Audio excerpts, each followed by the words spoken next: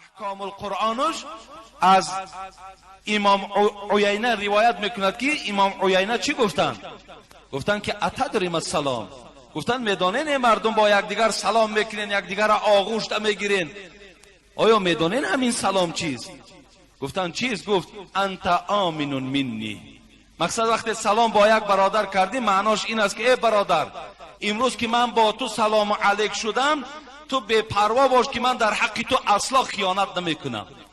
معنای سلام انا همین است که و در عرفیت ما و شما ساده میبریم که ما با فلانی نان و نمک خوریم. مقصد وقتی تو نان و نمک خور کی باشی باید که در حق او برادر تو خیانت نداشته باشی. یعنی وقتی با یک برادر تو سلام میکنی دست در دست او میگذاری یا او را در آغوش میگیری و از پس او را غیبت کرده و خیانت میکنی، این روسیایی است، این سلام نیست، این دروغ است. تو سلام یا از خاطر پولش داری یا از خاطر منصبش داری یا به خاطر قدر قیمت داره، به همون خاطر سلام داری. فردا و از همین مرتبه خالی شود تو بر این انسان به او سلام نمیکنه. لیکن حضرت امام عیینه گفتن معنای سلام این است که ای برادر امین باش که من به تو هیچ ضرر نمیرسونم. معنای سلام انا همین است. انا حبیب خدا گفتن سلام ها را آشکار گوید. خیلی قوقای انداختگی و یا که دستش دراز میکند دهن خب پیمت دراز میکند، مثال یک گویا یک سلام میکرده و نه، سلام این نیست.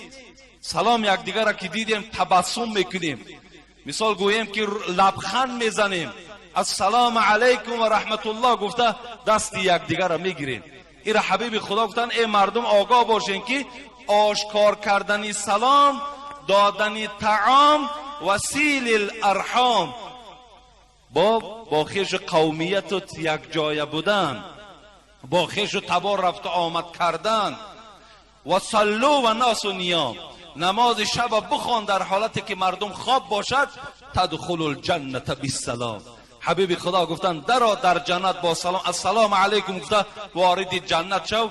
وقتی که تو طعام میدهی، وقتی که تو سلام آشکارای همین تا گویم با تبسم داری، یا اینکه با خیش و تبارد رفت آمد داری، یا شبها نماز داری، این چهار عمل که اجرا کردی مرحمت وارد جنت شو. گو با السلام علیکم و رحمت الله گفته وارد جنت شوی.